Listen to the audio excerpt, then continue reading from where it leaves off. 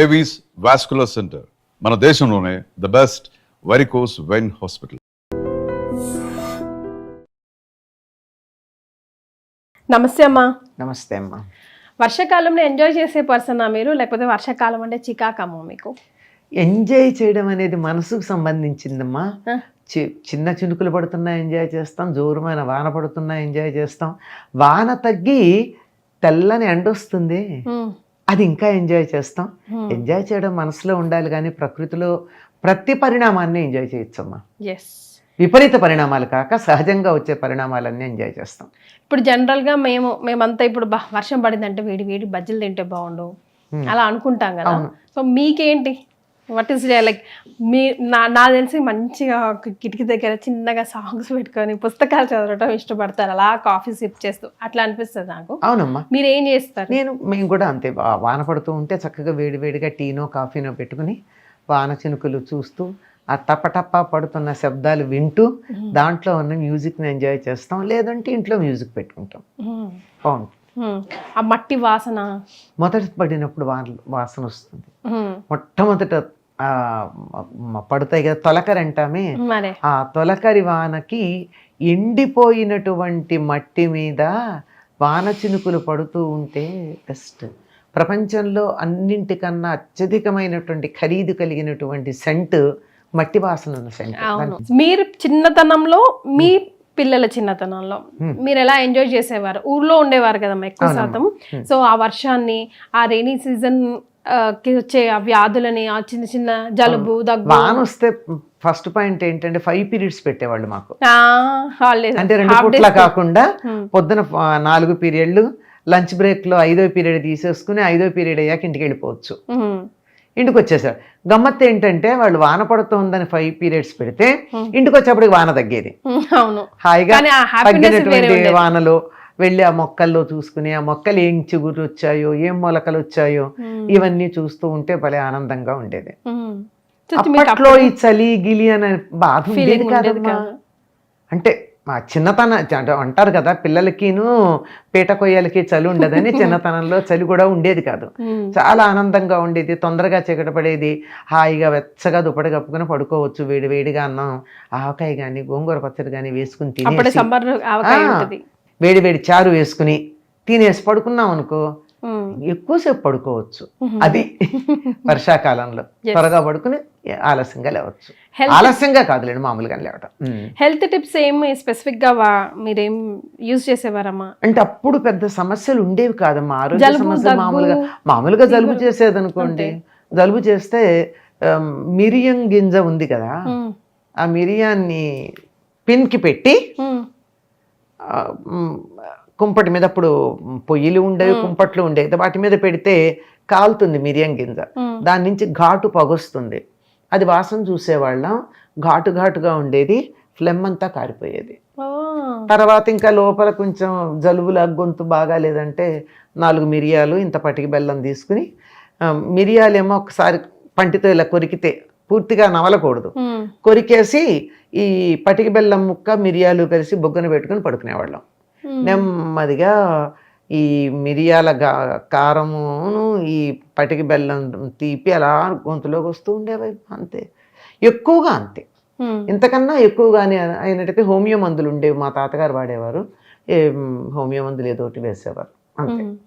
అంతకన్నా పెద్దగా ఉండేది కాదు. తప్పనిసరిగా జ్వరాలు వచ్చేవి ఈ సీజన్లో. ఆషాఢ మాసం రాగానే స్కూల్ తెరవడం, జ్వరాలు రావడం 2 ఉండేవి. ఇన్ఫెక్షన్స్ ఏవో ఉండేవి. ఆ జ్వరాలు వస్తే జ్వరానికి కూడా ఏవో మందులు వేసేవాళ్ళు, హోమియో మందులే మ్యాక్సిమం. లేకపోతే ఆయుర్వేద మందులు వాడేవాళ్ళు. 3 రోజులు హాయిగా మంచం మీద పడుకోవడమే జ్వరానికి, అంతే. బాడీకి రెస్ట్ అంతే. 4వ రోజున కొద్దిగా తగ్గితే ఏదో కాఫీనో ఏదో తాగేవాళ్ళం. 5వ రోజు పచ్చని తినేవాళ్ళం, అంతే. హాయిగా చింతకాయ పచ్చడి, చారు, అదే బీరకాయ కూర, అంతే. ఇంకేం వేసే, మజ్జిగ కూడా వేసేవారు కాదు. ఈ 3తోనే మొదటి ఒక 2 రోజులు అయ్యేది. 3వ రోజు నుంచి తగ్గిపోయేవి. పెద్దగా మళ్ళీ మందులు వేసుకోవడం కానీ, టానిక్స్ తాగడం కానీ ఇప్పుడు వచ్చాయి కానీ అప్పుడు లేవు. కానీ ముందు ఏ దానికైనా ఎవరిని అడిగినా కూడా ఎక్కువ ఫాస్టింగ్ ఎక్కువ ప్రిఫర్ చేసేవారట కదా ఆ రోజుల్లో. ఎక్కువ అసలు లంకణం పరమౌషధం. అందుకు ఎందుకంటే టెంపరేచర్ ఎందుకు వస్తుంది? ఉమ్, ఏదైనా ఒక ఇన్ఫెక్షన్ ఉంటే రావాలి. ఇన్ఫెక్షన్ లేకపోతే సీజనల్ చేంజ్లు వచ్చేటప్పుడు శరీరంలో కార్బోహైడ్రేట్స్ అవి ఎక్కువయ్యి కంబస్టన్ ఏదో ఉంటుంది కదా, అది అయినప్పుడు టెంపరేచర్ పెరుగుతుంది. కనుక ఒక్క పూట కనుక దానికి రోగానికి మందేయడం తగ్గితే రోగం తగ్గుతుంది, తర్వాత శరీరం కూడా తగ్గుతుంది. ఈ రోజుల్లో అందుకే ఏకాదశి అట్లా పెట్టారంట మన పెద్దవాళ్ళకి. అట్లీస్ట్ నెలలో 1-2 సార్లు అయినా అట్లా ఫాస్టింగ్ చేస్తే బాడీకి రెస్ట్ ఉంటుంది కొంచెం. దాన్ని ఆటోఫాగి అని కూడా అంటున్నారు కదా, దాని మీద నోబెల్ ప్రైజ్ కూడా వచ్చింది కదా ఉపవాసం గురించి. సో ఇలాంటి చిన్న చిన్న టిప్స్ పాటించి ఆల్మోస్ట్ డాక్టర్ల దగ్గరికి వెళ్ళటం, అడ్మిషన్ అవ్వడం అదంతా తర్వాత మాటనే కదమ్మా. తర్వాత చాలా అసలు అడ్మిషన్స్ అన్నవి, హాస్పిటల్ అడ్మిషన్ అన్నది అదేదో చాలా విపరీతమైన అదొక భయంకరమైనటువంటి విషయంగా భావించేవాళ్ళం. హాస్పిటల్ అడ్మిట్ అయ్యారంటే మన హాస్పిటల్కి వెళ్ళి మందు తీసుకోవడం అన్నది తర్వాత కాలంలో వచ్చింది అనుకోండి, కానీ మొదట్లో ఉండేది కాదు. చాలా పెద్ద పెద్ద వాటికి కూడా ఇళ్లల్లోనే ఉండి ఇంటికి డాక్టర్ రావడమో, లేకపోతే డాక్టర్ దగ్గరికి ఇంట్లో వాళ్ళు ఎవరన్నా వెళ్ళి మందులు తేవడమో, పేషెంట్ని హాస్పిటల్కి తీసుకెళ్ళి చాలా తక్కువ. మరి అలా ఉండేది. నేచర్తోనే ఉండి, నేచర్కి దగ్గరగా ఉండి నేచర్లోంచే ఎక్కువ ఉండేవమ్మా. దానికి తగిన ఆహారాలే ఉండేవి. పొట్లకాయ కూర, బీరకాయ అంతే పెట్టేవాళ్ళు. జ్వరం తగ్గి 1-2 రోజులు ఇంట్లో అందరికీ కూడా అదే పాపం. అదే తర్వాత అయితే కారపొడి, ధనియాలు వేసి, అంటే అరుగుదల, టెంపరేచర్ తగ్గడం 2 కలిపి ఉండేవి. మిరియాల రసం అట్లా పెట్టేవారమ్మా? ఏ స్టైల్లో పెట్టేవారు? అంటే మిరియాల చారులో బాగా వేసేవాళ్ళు. బాగా జలుబు ఉంటే మాత్రం మిరియాల కషాయం ఇచ్చేవాళ్ళు. మిరియాలు బాగా దంచి, మిరియాలు నీళ్లు, కాలం లేదు, నీళ్లు బాగా మరిగేదాకా సగం నీళ్ళ దాకా ఆవిరైపోవాలి. అయిపోయిన దాంట్లో కొంచెం బెల్లం వేసి ఇచ్చేవాళ్ళు. వేడివేడిగా తాగితే ఘాటుగానే ఉండేది, మరీ తీపికి ఉండేది కాదు.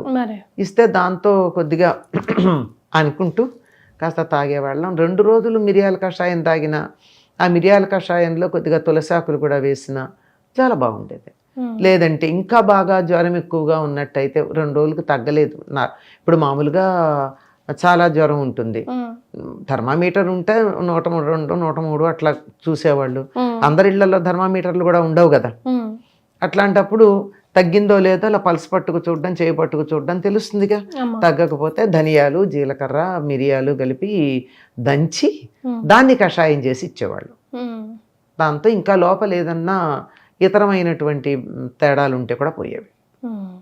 సో ఇలాంటి చిన్న చిన్న హెల్త్ టిప్స్ని పాటిస్తే ఇప్పటికైనా అవి వర్కౌట్ అవుతాయమ్మా. మనం ఎంత మందులతో బాడీని అలవాటు. ఇప్పుడు మీరు ఇంత కషాయం గురించి మాట్లాడుతున్నారు, కషాయం కూడా అక్కర్లేదమ్మా. ధనియాలు, మిరియాలు, జీలకర్ర వేసిన చారు తాగినా శీతాకాలం ప్రతిరోజే, వర్షాలు పడుతున్నప్పుడు ప్రతిరోజు చారు పెట్టుకు తాగిన చారు పొడులు ఇవి ప్రధానం. మీరు ఎక్కడెక్కడో కొనుక్కుని వేసుకోవడం కాదు, ఇంట్లో తయారు చేసుకోండి. చారుడు మిరియాలు, కొంచెం కందిపప్పు, కాస్త జీలకర్ర, ఇన్ని మిరియాలు వేసి చారు పొడిని తయారు చేసుకుని మిక్సీలో వేస్తే 2 నిమిషాలు. 2 నిమిషాలు అంటే వేయటం తీయడం అన్నీ కలిపితే 2 నిమిషాలు, లేకపోతే 1 నిమిషమే. అటువంటి చారు పొడి వేసి చారు చేసుకోండి. ఇటు చారు తిన్నట్టు ఉంటుంది, వేడివేడిగా బాగుంటుంది, జలుబు చేయకుండాను ఉంటుంది. వేపాకేసి అది కూడా వేసేవారు కదమ్మా, బొగ్గులలో వేపాకేసి గాలి పీల్చడం, ధూపం. అంటే ఇంట్లో దోమలు అవి పోవడానికి వాము కూడా వేసిన, అది కూడా ధూపం వేసిన బానే, ఇంట్లో కూడా బానే ఉంటుంది. పీలిస్తే కూడా బానే ఉంటుంది. Healthy tips. yes, thank you so much అమ్మా. ధన్యవాదాలు. And for more videos, please subscribe to iDream. Please subscribe to iDream. Please subscribe iDream. And please subscribe to iDream. For more videos, subscribe to iDream.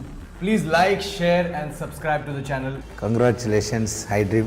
Subscribe to iDream. Subscribe to iDream. So subscribe to iDream Media. iDream ki, iDream team andarki huge congratulations. Please subscribe iDream Media. Please subscribe to iDream. Subscribe iDream. Please subscribe to iDream. iDream అంటే నా కళల channel subscribe చేసుకున్న నోరు తిరుగుతలేదు, మీరైతే గంట గుర్తు కొట్టండి. For more such videos, please subscribe to iDream. Subscribe to iDream. Please subscribe to iDream. Please subscribe iDream Media. Please do subscribe to iDream. Please subscribe to iDream Media. For best entertainment and information, please subscribe iDream. And don't forget to subscribe to iDream.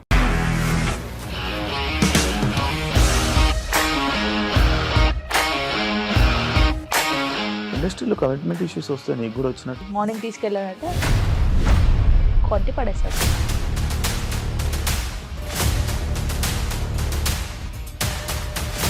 ఒక్కళ్ళు కూడా చూడలేదు ఈ cinema అని చెప్పడానికి కూడా చాలా ధైర్యం కావాలి. అది నిజం కదా, దాంట్లో ధైర్యం ఏంటి? ఇది నెక్స్ట్ డే ప్లేట్ మార్చేస్తే తప్పు కదా. As of now we are comfortable this అని నేను అనుకుంటున్నాను. రష్మిక గారిది మీది ఒకే ఊరు అంట కదా.